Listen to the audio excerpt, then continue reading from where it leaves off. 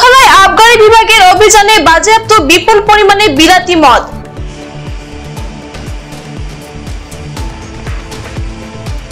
বরখলা বিধানসভা এলাকার ডলু, বালাছড়া, সুবং, ময়নাগর, কাশীপুর, রানীঘাট, চন্দ্রনাথপুর, জারলতলা এলাকার মঙ্গলবার রাতে আবগারি বিভাগ অভিযান চালিয়ে বিপুল পরিমাণ বিলাতি মদ বাজেয়াপ্ত করতে সক্ষম হয়। এদিন বরখলার আবগারি বিভাগের সাব ইন্সপেক্টর অরুণ কর্মীর নেতৃত্বে এই অভিযান চালানো হয়। আবগারি বিভাগের বিভিন্ন অভিযানে এলাকার মানুষ অনেক খুশি।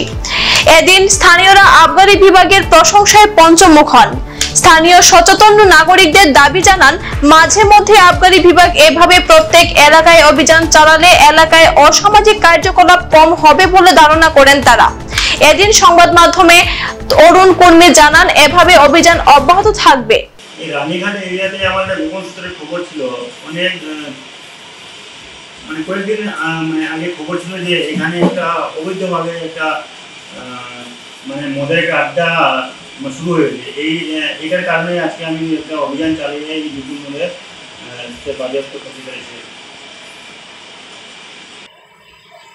সুশীল সমাজের একটা এখানে বহুদিন যাবত একটা অভিযোগ ছিল, এখানে ছোট বাচ্চাগুলা স্কুল যে ছাত্র লোকরা মদ খেয়ে ইয়ে করে আর কি, এখানে রানীঘাটের ব্রিজের উপরে আর কি। তাই আমি আমার দলবল নিয়ে আজকে এইগুলো বাজেয়াপ্ত করতে পেরেছি।